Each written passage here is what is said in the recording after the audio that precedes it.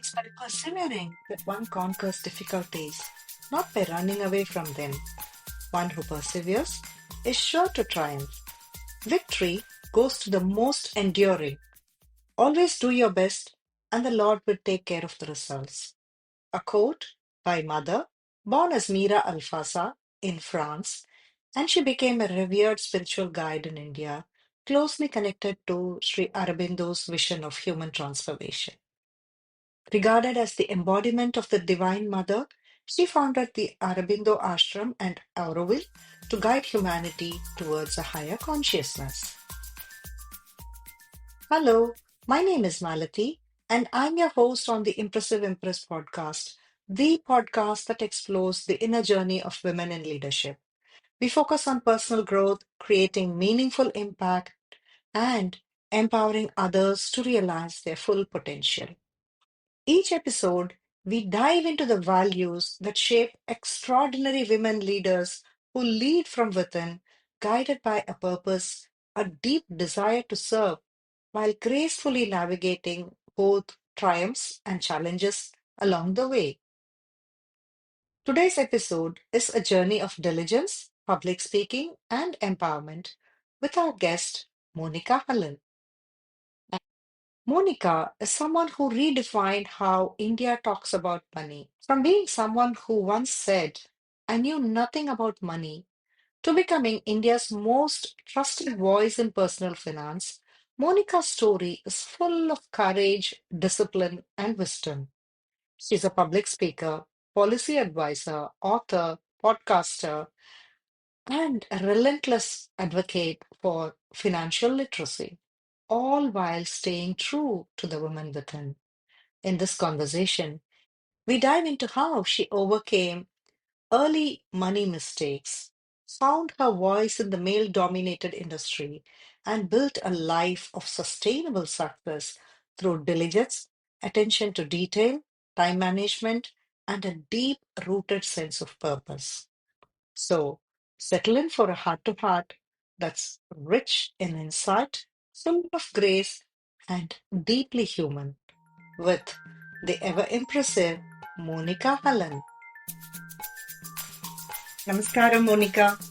It's been such a pleasure to have you on our studio with the Impressive Empress podcast. And here we talk to women leaders from various walks of life, trying to understand their inner journey to success and the journey that makes them lead from their heart and create the impact that they are creating. And I'm so excited to talk to you all about you, about finance, and the woman that you are that's made all of this possible. So, welcome to our show. Yeah, thank you so much. Great. So, maybe we'll start from the very beginning. Can you walk us through your childhood days where you were one among so many? You had studied economics, and as you graduated from your degrees, you were not really finance ready. Can you tell us something about those days and what got you motivated to enter this field of finance? So, my background is economics. I started reading economics almost from class 8 and then continued with it till I finished school. And I graduated in a bachelor's and a master's in economics. So, I graduated, post graduated from the Delhi School of Economics. And after that, I was very clear that I did not want to go to academia. I found it abstract and I wasn't sure what the purpose of such abstraction was when in real life I couldn't decode the country's budget, nor could I fill a checkbook. I had no idea how to access a bank, what to do. So I just found a deep divide between the trigonometric models that we wrote, solved with complex maths, and not being able to really understand the economy um, or even my own money finances. So then I joined as a journalist, Business Today as a business journalist. And then after a few years, I transited to becoming a personal finance journalist. The genre was like just starting in India post liberalization. Private sector had just started offering financial products which were not a bank fixed deposit or an LIC policy. And a new magazine was being launched called Intelligent Investor. And I happened to join. It's just a happenstance. It's just fate. Like I had no idea what personal finance is. I was a business journalist. And as I understood the genre, I realized that this was a completely empty space in India. And I think I became almost one of the first personal finance journalists in India who really understood the space. And then, of course, once I realized that there was a natural affinity to this, I studied more. I did, I cleared my certified financial planner. I did some boot camps. I passed some exams. So I basically gathered the practical knowledge of finance while I was working as well. So that's sort of the journey. I sort of wandered into the space of personal finance and then realized that this is great. This is like greenfield. No one's done any work. No one understands this. No one really cares about the average person. They're chasing CEOs. Nobody's really caring about this average middle class Indian, which was just emerging. So I found a space which was new, vacant, and sort of just owned it completely from there. I just sort of took it. I think you found your niche so beautifully well. I think a lot of circumstances helped you. Yes. Like you said, the economy was opening up for FDIs, and the middle class was not really taken care of, is what you were Yes. mentioning. And you found your niche there with Right. regards to personal finance. But finance industry as such is a very male dominated space. And probably you were one of the first few to enter that space, I suppose. And how did you manage? How did you navigate? What were some of the challenges that you faced initially, and how did you overcome them? So, look, as a business journalist, I never found gender to be something which held me back. So, uh, maybe it was the times that were, maybe gender is more of an issue now, but gender never really played any sort of role in my head in terms of preventing me or allowing me to do something. I think for me, it's always been just knowledge, your ability to understand something and then work at it. And what I realized over time is that it didn't matter if I was the only woman in the room. I mean, I wouldn't even notice that I was, but somebody would point that out. And finally, it is what comes out of your mouth. You know, what are you saying? With what authority? With what correctness? With what knowledge are you speaking? So that would define my place in that room full of men. And honestly, I have never found it either intimidating or strange that I'm the only woman. And also in finance, I felt that gender really didn't play a role. Maybe I'm wrong. Maybe other people's experiences are not like this. But I honestly never thought it held me back or that it was taken less seriously. So I think the only thing that you need to do, maybe women do find it difficult, is just to be so good at what you do that they have no option but to take you seriously. Right? So if you know it all, if you know it well, if you are completely steeped in what you are doing, no one can take that away from you. So I think that's what till I've solved it deeply for myself, I wouldn't ever venture an opinion or a comment. And there have been times where the information that I was giving out was double checked in a meeting in the Ministry of Finance, where there was a tax nuance. I was very sure what it was. And I remember the secretary got one of one of his juniors to go check that fact. And I remember the look in his eye when he found that I was correct. You know, that's it. It doesn't matter. Man, woman, whoever, it doesn't matter. So I think for me, that's my power. The fact that I will put in the number of hours required to go down deep into a subject. And I realized pretty much early on that I can't be 2 questions deep. I need to be 10, 15, 20 questions deep in a subject. I should know it inside out. Once you get to that point, then I think whatever anyone throws at you, you're okay. True, true. I mean, when we go so deep down, like you mentioned, 20 questions deep down, you build authority, you build that confidence automatically. And it's nice to hear that at that level, there's no gender. It's just man, woman, everybody is, it's just That's the my knowledge. experience. I don't know what the men in the room felt, and frankly, I don't care. But that's been my experience. That it didn't matter. Hmm. Yeah. So in this podcast, we try to learn from the experiences of other women, such as you, other women leaders. And I am sure that by listening to stories, we learn better. And Sure. science has also proved that. So I'm trying to understand this probably from your experience, and so that we are able to help many more girls and women embrace their power potential and the space also. So, and coming back to yourself in your journey, in addition to being a journalist, you became a mentor. You entered public speaking, but that was initially not your forte. You have mentioned that a person like Uma Sashikant, she believed in your ability and she helped you find your voice in the public speaking space. Can you talk to me about that? And there was this initial diffidence, and how did you overcome that? So, I mean, Uma played a very big role, and so did a lot of others. So, in terms of the help that I've got, I think over the journey, I've had very, very helpful people who have had held me through this journey, from a person who couldn't speak in a group of three. I didn't have a voice to speak in a small group, to doing television and now speaking to, like, 1,000 people in an auditorium. I think it also is a journey through your own self as you grow. And I do remember that at some point I realized that the fear of the camera was that the camera doesn't miss a twitch of your face. So the fear is that somebody will see who I really am. So the only recourse is to clean yourself up from inside, so that whatever you may portray is really you. So the authenticity. So whatever, it doesn't matter whether the camera catches you while you're speaking to it or otherwise. So I think it's also this moment to moment being conscious of who you are, what you stand for, what works for you. So I think for me, television really, because it was such a huge block in my head, instead of, again, dealing with it superficially, I went the other. I went 20 steps inside of myself to find out, why am I getting a loose stomach before a TV show? Why am I getting a fever before a TV show? What is it?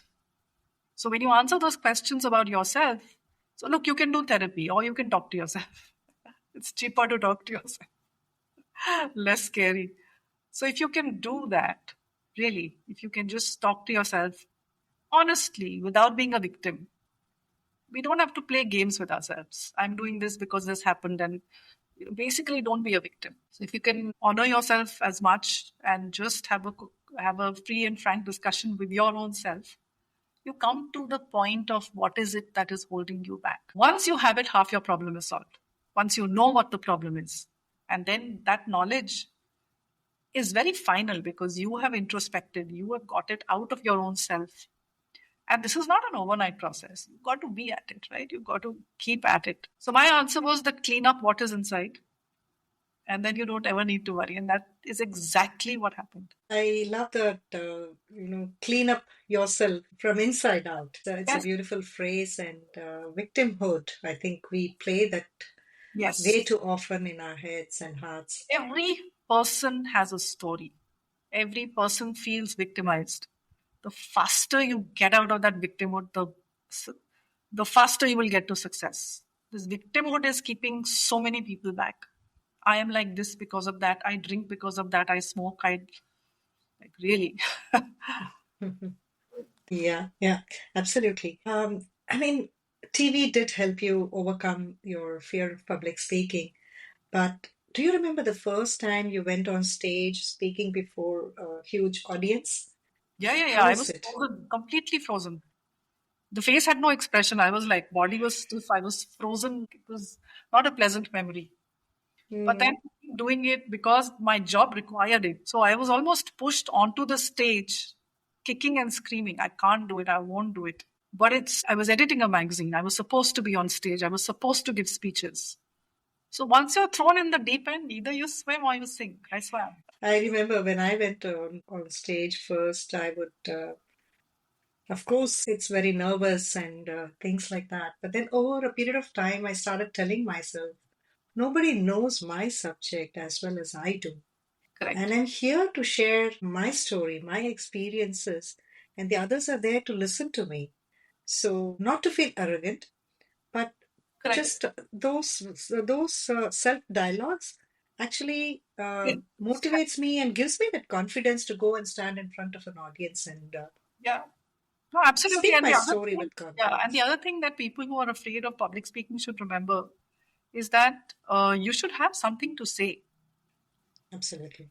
So don't make it about yourself. Make it about the audience. Make it about what you're trying to communicate. What are you trying to tell them? So it's Yeah. that intention. For me, it was the intention of helping, of teaching, of reaching out with the knowledge that I had. So if you don't make it about yourself, you will loosen up. You will ease up a lot. Mm. The more you make it about the audience, the more comfortable they feel. So if you are frozen, the audience is also uncomfortable. If you're open and your body language is open and you're there for the audience, trying to give them something, they respond very nicely. And the audience is 9.5 times out of 10, I've had excellent audiences that half were aberrations. We will not even think about that. Something else happened.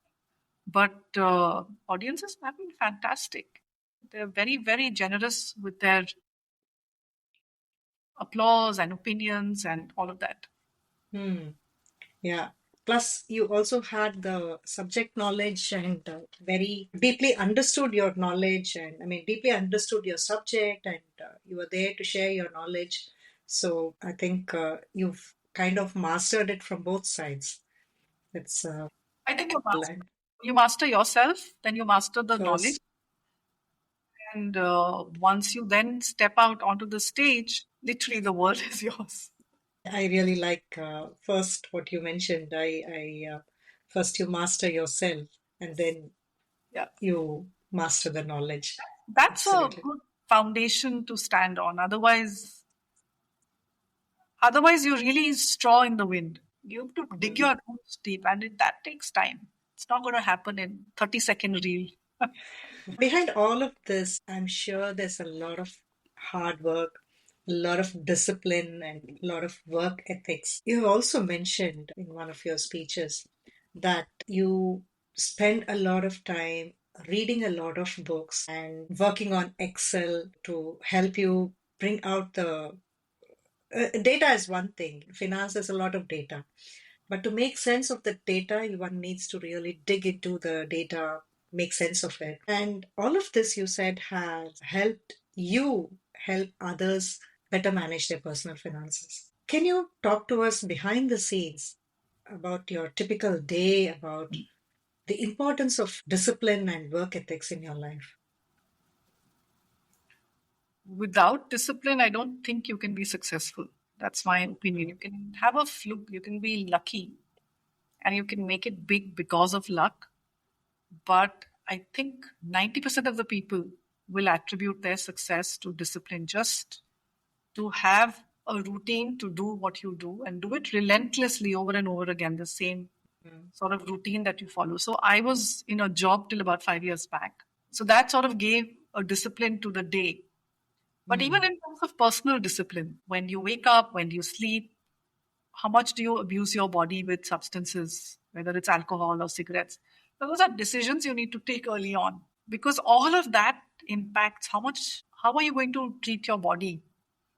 So that discipline is not just work, it's also yourself, Mm. personal relationships. So a lot of times I find that, my question would be when I would hear of somebody having multiple affairs, is that where do they have the time? Like between my home, my kid, and my family and husband and job. And I can't even think of it. Where? Like where? Where do they get the time? How? So, you've got to figure out what you want. And if it is success that you want, it takes a certain discipline, personal as well as professional, to get it done. So I happen to be extremely disciplined, and not because I'm forced to do it, but I genuinely enjoy having things in control. So maybe it could be that I'm too much of a control freak, but I Mm. like to have my day laid out. In the morning, I like to know what the milestones of the day, the week, the month. Mhm. Also, how much work do I need to get through in, say, this half day? So you constantly sort of value your own time. I can spend 1 hour scrolling social media, but then that's a choice that I'm making. I'm not doing it unconsciously. So I think that those are the attributes. I think discipline is extremely important. And right now, since I've started my own, I have a small financial education company. So every day is sort of different. Some Mm. days I will take time out for like a couple of weeks and only write. If there's something to be written, like a book has to be written, and I will take a longer period of time and just write. A lot of time actually goes in podcasts like this, so I ration it out. I cannot do more than a few in a month, so I really have very few slots available. I do my own podcast, so I write the script, I record that. Um, I do some corporate talks. So every day is sort of different. And I take time out for my, uh, gymming and taking time out. So it's a mix. It's a very nice mix of work plus workout and friends. I mean, this is so amazing. You have so many things going on in your life. And like you very rightly said, if you want success, you have to be disciplined. You have to, there's no recourse to hard work. I mean, there is this thing that we don't want to work. I need work life balance. And yet I want to retire at 35. It's not going to happen. You are Not going looking to at your happen. parents' money. So I'm a little brutal in that. I'll tell you that you are having these dreams because you know your parents have made enough. It's not coming out of your effort. If you're doing work life balance today and you're trying at 35, you are inheriting. Yeah, true. But so how do you plan your day? Is it planned a year in advance? Is it No. planned a month in advance, a week in advance? Can you walk through At least, the so the month milestones begin to get. So I will accept, like if somebody is inviting me. So that sometimes happens almost sometimes 4 months in advance, sometimes 1 month in advance. So those dates on my calendar start getting frozen. hmm, And then there's a particular day in which I write and record my podcast. So that mm-hmm, day, that day I have to do it. It's usually either a Saturday or a Sunday because we release on a Friday. So then the production team needs a day. Then my office needs a day to sort of do the social media creatives and all that. So I need to finish recording by writing and recording on a Sunday. So that's sort of my weekend. A few hours actually go into that. There is no weekend as such when you're working on your own. Every day is a working day, every day is a leisure day. It just depends on what you want that absolutely. day. And yeah, it's very much like a month in advance. The dates begin to fill up. If there's a corporate talk, then that date gets fixed. If there's travel, so I'm also on some SEBI committees. I chair one committee, I'm a part of that. So those meetings will happen suddenly. So then you have Oh, to move your calendar and then that's a Mumbai visit. So then you go there. Then the mm-hmm, lit fest starts. So those get fixed about 2 months in advance. So mm, those start getting blocked. So your month starts getting blocked. And I'm doing something for the NCRT. They have a couple of chapters on personal finance. mm, So every month we'll have something new happening like that. If there's a book deadline, then I will be spending the extra time writing those chapters of the book. So it's pretty much like it's not, I don't have a routine which is fixed in what I'm doing, but it's really dependent also on what I've committed to earlier. What sudden meeting has come which I cannot get out of. There are certain things that I can't. If there is a SEBI meeting, I have to be there. SEBI has working groups, online mm. meetings go on for 4 hours. Wow. That time is gone, right? Yeah. So it's pretty much that. But 3 to 4 days, I do try to take out 2 hours to 3 hours in the day to go for my Mm-hmm, workout. That is extremely important. So I will sometimes I build my day around my visit to the gym. That I okay. will take a meeting. Like today is not my gym day. Okay. So how many days in a week do you work and how many days do you work out? Every day I work. I'm working every Okay. day. Like it's a 7 constant days. thing that yeah. It's on. But it's not that I'm working 10 hours a day. I might work just 4 hours a day. But I'll Okay. make those 4 hours count. Like in those 4 hours, I'll do as much as a person will do in 3 days.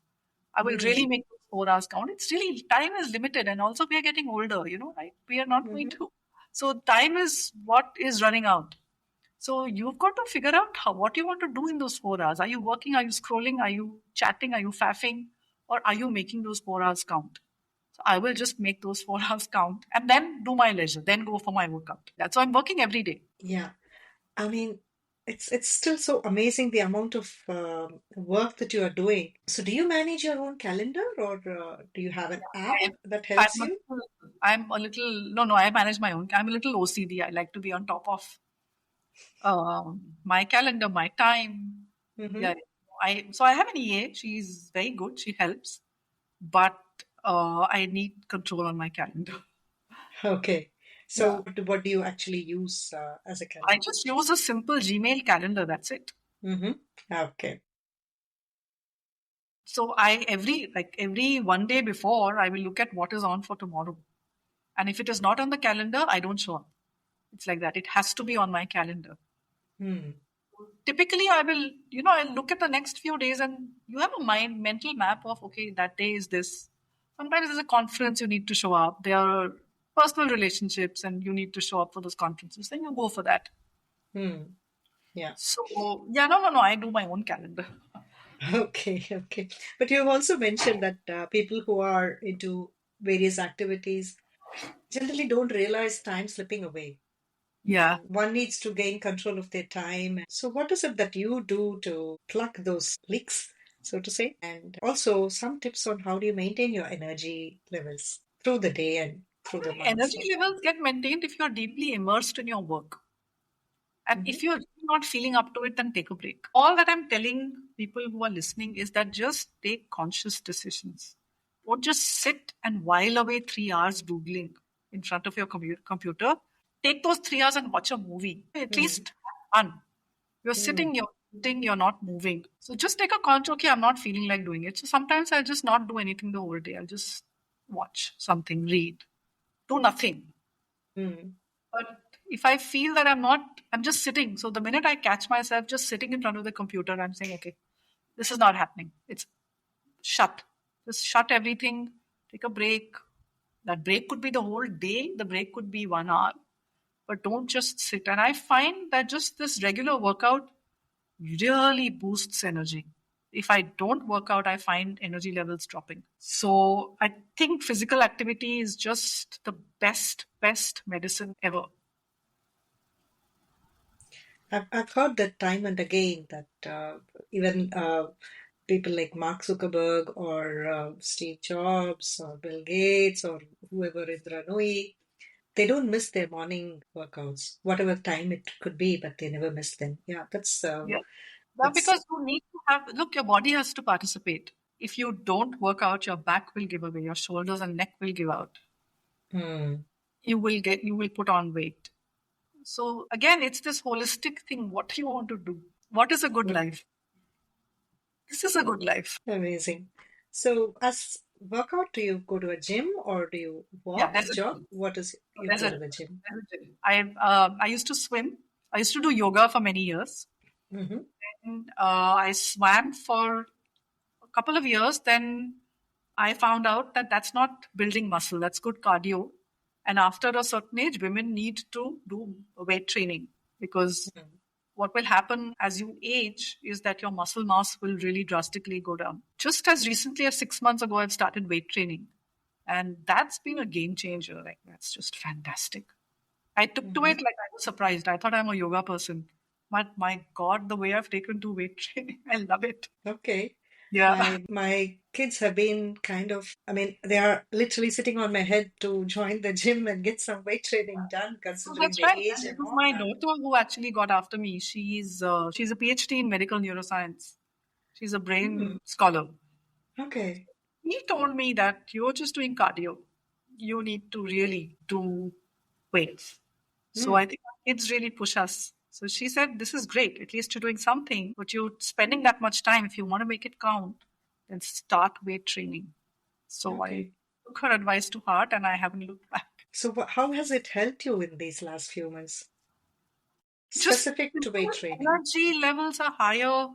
My husband and I were in Greece last 10 days back. And so that climb up to the Acropolis earlier would have had me panting. I Ah. was fine. Like, of course, heart rate increases because you are going up an incline. And those are not very steep inclines, but yet, it's again, as you age, it becomes more and more difficult. Hmm. I've seen that difference the blood work is better. Just after 6 months of you see your own blood work improve. Mm-hmm. So I've Okay. I've noticed huge positives. Okay. So you do now do a mix of strength training, cardio, and I mean, yoga. there are trainers. They will put you through the routine, and I'm very clear that I will do what works for my age and stage. I don't want to be richer, but yeah, Okay. So do you also want to participate in marathons and stuff like nothing. that? No, no, No. that's too much of my time. I don't want to do that. I have enough. I just want to do Okay. just because for my own body, not for anything else. Okay. Okay. And do you see that helping you in your achieving greater focus and getting your work done? Does it also help you in that? Yeah, in terms of look, if you're doing this much, then you know the things like shoulder aches and back aches. My work is to sit and write mainly. Okay, I'm best, of course, I do public speaking, but my core is writing. And that needs strong back and strong shoulders. So I find that really helps. Wonderful. So we've spoken about all your multiple activities that you do and discipline that you follow to get things done. You also mentioned about taking a conscious decision as to where you want to be in your life. Now I would like to move to the feminine side of all of this, the feminine power. We did touch upon this previously also that the finance world is male dominated, but you have always been open about the fact that women bring something powerful and unique to the table, especially when it comes to a long term vision or connecting with empathy. In your writings, also, you have pointed out how societal expectations have traditionally held women back from embracing their full potential. How did you come to realize the importance of your feminine power, and how did you decide to put it to good use? And how did your realization help you break barriers in finance? It's really important what kind of a house you grow up in. So in my case, I'm one of two sisters, and my father was at that time an economics professor before he became a journalist. And I still remember that I think I was in class 8 when the school sent a circular saying that your child has to now choose between home science, economics, and something else. So I remember my mom and my sister were thinking she doesn't have a brain for anything. We'll put her home science. By the time I went to my father's room, he had ticked economics, signed it, and gave it to me. There was no word, nothing. So we can say that I was not consulted, but at that age, I really didn't have a thought in my head. I wasn't who I am today. Okay, the journey has been fairly drastic. I think that decision was fundamental in changing the course of what I did. And then after marriage, it really matters who you marry because smart women, it's very difficult for men to handle smart women, women who are intellectually their equals or even better. And so in that, I lucked out that my husband has been, I think, more invested in my career than his own. So I think that makes a whole lot of difference as to the strokes that you get at home. What is somebody telling you at home? That you're a loser or you can do it? Just saying that there is nothing that you can't do. If you hear it over and over again, you begin to believe it. You are stupid. You cannot do this. You begin to believe that. So I think for me, I probably have just lucked out in terms of who I have had in my life. So a father is not a matter of choice, but a husband is. So if there are young girls listening, see what your partner makes you feel. Do you feel less or do you feel more? Do you feel you can do more or do you feel you can do less? It's a very important life decisions. It's harmful to yourself if somebody makes you feel less. You have to have somebody who will partner with you, will make you, who will fill up the things which are lacking in you, will help you overcome the gaps that you might have. All of us are fundamentally flawed, and and that's the journey. I wish people would understand. I mean, look, that is the journey. Rest is all drama. The journey is how are you dealing with what you have been born with, what you've accumulated. How are you dealing with all of that? So, if you get a partner who will help you overcome that, that's a good relationship. So I think that the success also, to a large extent, will be the environment that I have been fortunate enough and then chosen to have. You should not allow, or you said it's harmful if you allow somebody to make you feel less of a person. That's beautiful. And This is for the woman also, especially. It's so important how you choose your husband and how the kind of support that you receive as you grow up and as you have your own home. Of course, it does help in our successes, but life also throws a lot of failures at us. And these hold great lessons, but we may not see them immediately. I read somewhere that you have mentioned that there was a time when you had the knowledge, but you actually lacked the professional certifications to back it up. So you took exams, you studied relentlessly, like you said, you poured, you went deep down, 20 steps, and probably you turned something around what might have seemed like a setback into an incredible learning experience. Yeah. Could you share one of your early setbacks that, in hindsight, has become your defining turning point in your career? Yeah, so I remember I was working for a magazine, and what a lot of people don't know is that I actually took a 7-year baby break where I just Hmm. quit cold turkey. I just didn't want a maid to bring up my daughter. We have one daughter, and we were moving cities for some reason, and the support of the extended family was not going to be there. So I remember I just quit because I was very certain I wanted to be there for her. So I actually sat at home for some 7 years till the time that she said, please go back. Like all the mothers were, what is wrong with you? Can you please go get a job? But, that time really taught me time management. It taught me uh, it is possible to it's possible to get back your career no matter whether you have taken a break or not. It's entirely possible what you do in those break years. Right? So in those break years, personal finance had not happened yet. Okay, it was going to happen. I didn't know it was going to happen. But that time I used to write on consumer issues. So look, consumer issues have always been a part of what I do, but I used to write on the wider consumer issues. We set up a small site also called I the Consumer. And I used to run a column in a magazine. No need for anyone to know what that name was. But something happened with the editor and that column was thrown out. The consumer column was thrown out. And when you are young, these things are really hard to take. Because also that was very little money which was coming, which was really important. In those days, you didn't have any money. But I remember that moment saying, okay, this is a direction for me to change course from this wider consumer. I have already started on this personal finance thing. Let me deepen this. So instead of brooding over and being the victim of this editor who threw my column out, I said, okay, looks like a directional change. Hmm. And I pivoted. Hmm. So it's really what you do with what comes at you. And if you go down the victim path, you're going to harm yourself. You've got to take it as an opportunity. Yeah. Literally fly with it. Hmm. Did you have a mentor at that point of time who told you, "Hey, look, it's okay that something like this has happened. Why don't you move towards personal finance and make your career No, in that?" Or there wasn't any one person. No, it wasn't like somebody advised me at that point. No, this was my own sort of me and my husband working through what is happening. hmm. And also we could both see he's also been a business journalist, and so we could see the coming expansion in the financial sector.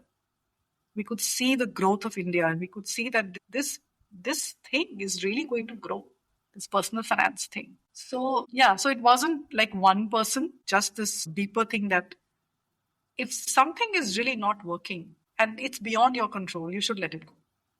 Yeah. So at what point do you decide that you want to let it go? It's probably something very, you're very passionate about it, and you've spent so many months or years investing your time and energy and everything into it, and suddenly it's gone. Yeah. So, So I already had the personal finance thing on the back burner, so I just brought it forward. So if you only have the one thing, then it's hmm, gone. But I had already begun to sort of get interested in this space and just pivoted to something which was already half cooked. So hmm, I can understand if that's the only thing, then see if that's the only one thing you have, then you have to keep trying. If this door closes, then you do something else, you do something else.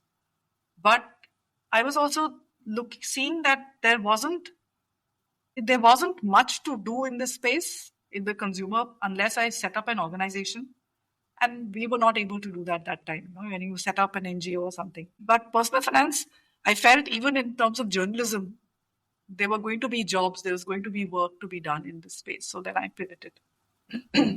Mhm. You have done multiple things and you have achieved so much, writing books, publishing them, being a journalist on TV, and now you're a trusted voice in personal finance. You do podcasting, you're shaping the way we all think about money, and you're leaving a rich legacy behind. And this is what I call a sustainable success, because success has to stay on even when you are no longer there. But all of this requires a rhythm and that shouldn't burn you out. Now, you've shared that Sri Aurobindo's teachings and the philosophy of the mother have been guiding and grounding forces for you. So, how does your spiritual practice influence your success today? How do you balance your passion and peace in a world that is so drastically changing? I think that is the only thing which is the anchor. This is the faith and the understanding of the larger story of why we are here. Is a fundamental reason for who I am. So I will, if you are talking of mentors, so I didn't want to bring them up, but those are the only mentors because they have defined the world for me. They have sort of given me a larger picture of what is really happening to your life. So, if you can answer this question, why am I here? With some whatever credible thing which works for you, it makes a difference to the way that you live your life. So, Sri Aurobindo and Mother's philosophy is the defining feature of the way that I live my life. Hmm. It is literally moment to moment. So it isn't the one thing that I meditate 10 minutes in the morning. No, it's all day. It is all day that you are at some point in some way in touch. Right? So I think I am because of my faith. Hmm. Beautiful. So, when did you start your spiritual journey? What was it, from the beginning, or No, did again, something, these are coincidences. They come and get you when you're ready. the teacher Yeah. arrives when the I student think is ready? our daughter was 6 months old. Um, And I mean, strange coincidence, her name is Meera, but we didn't know mother's name was Meera. We had no idea that Hmm. there was Hmm. anyone called Meera. And I gave a lift. I was going to office. I gave a lift to a couple who were going to the Delhi Sri Aurobindo Ashram. Hmm. The journey just started from, and I don't give lifts. I'm a Delhi girl. We are taught never to give lifts. I don't know what happened that day. I really don't know why I stopped the car and get this couple into my car. I would have never since have I done it. Never before, just that one time. Hmm. That was the door which opened. For Okay. us as a family, it opened. So Hmm. these are just coincidences. It's almost Absolutely. that you Yeah. this is going to happen. And then it's up to you what you make of it.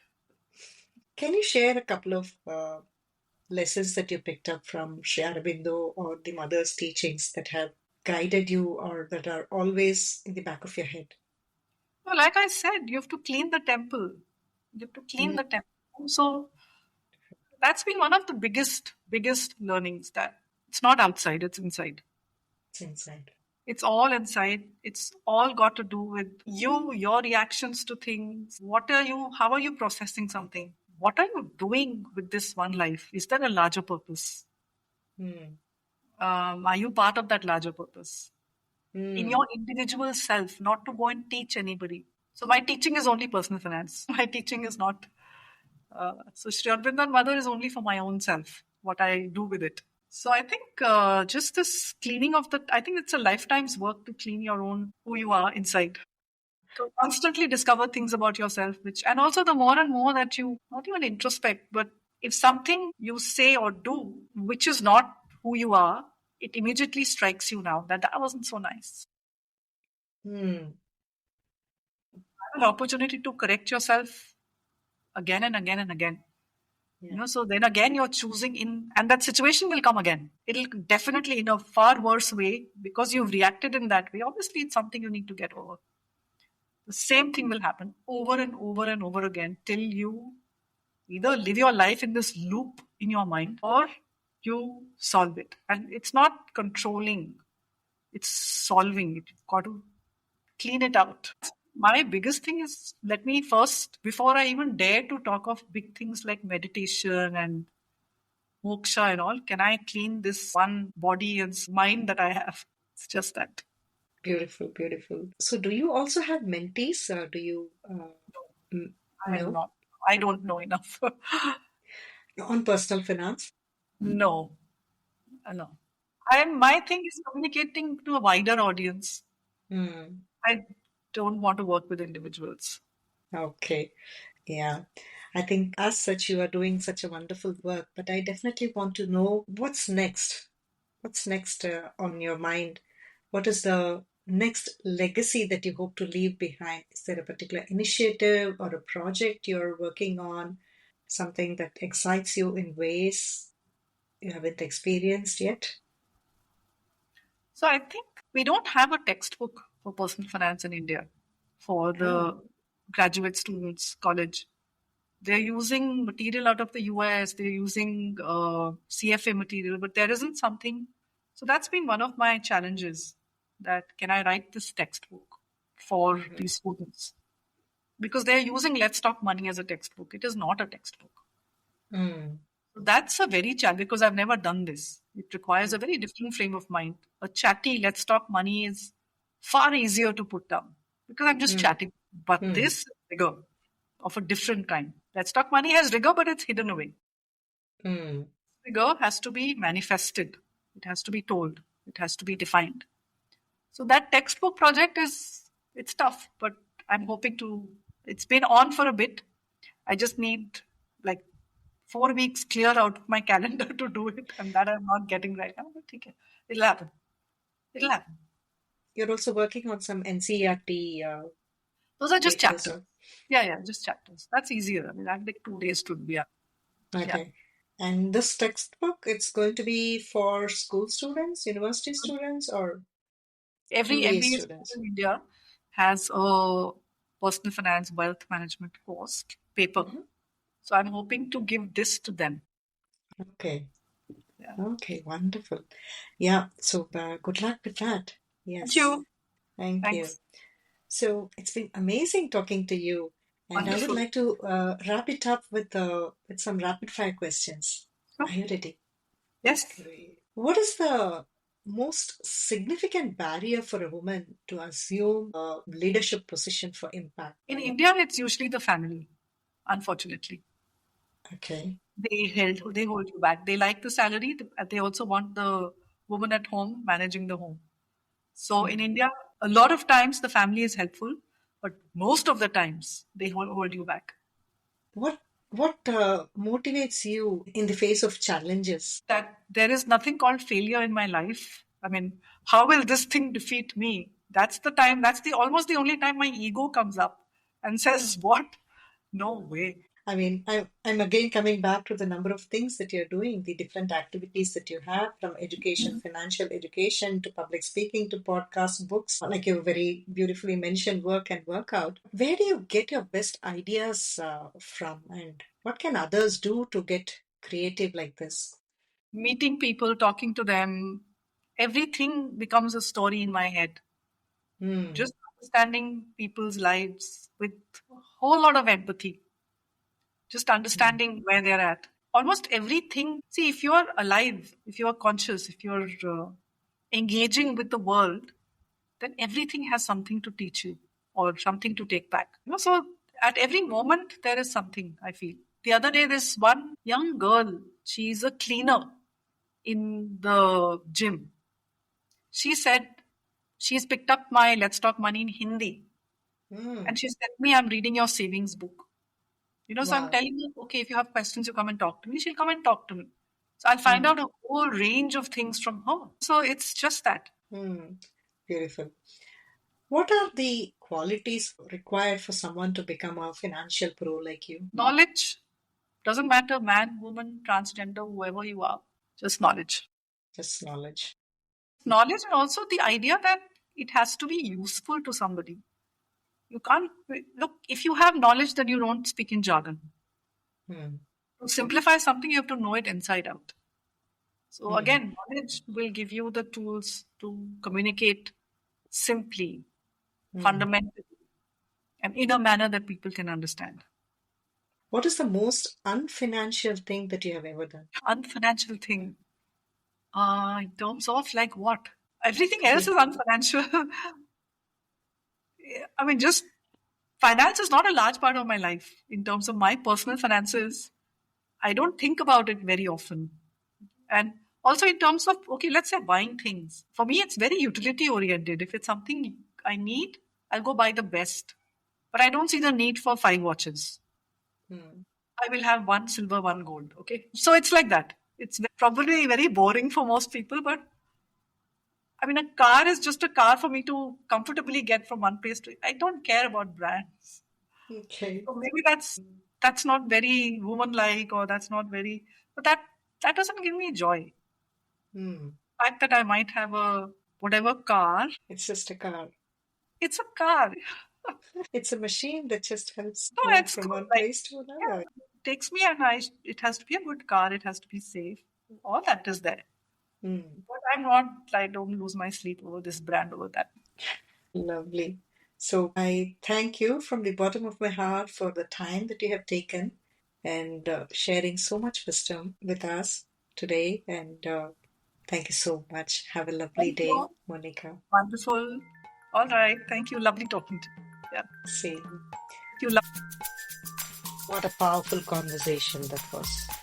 Monica's journey reminds us that success is all about knowing oneself first and then getting the right subject knowledge. It's also about diligence, confidence, and the quiet strength of paying attention to the details that others generally miss. She didn't just break into the financial world, she reshaped it, bringing not only clarity and ethics to personal finance, but also the grace and precision that only a woman who has embraced her full power can offer. If this episode inspired you, share it with someone who's ready to take control of themselves and step into their power. Thank you so much for joining me on the Impressive Empress podcast. As I sign off, let's remember there's nothing that you can't do. Stay tuned for more such meaningful conversations by subscribing to the Impressive Empress podcast on your favorite podcast platforms such as the Spotify, iTunes, Amazon Music, YouTube, etc. And do show your love with your follows, likes, subscribes, and shares. It also helps more women discover the stories that can change their lives. Got a question that you want me to ask our next guest? Do write to me at empress at Bhogya.online.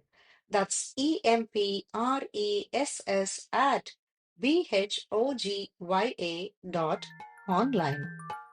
Until the next time, stay prepared, stay empowered, and never forget the Empress in you is always rising.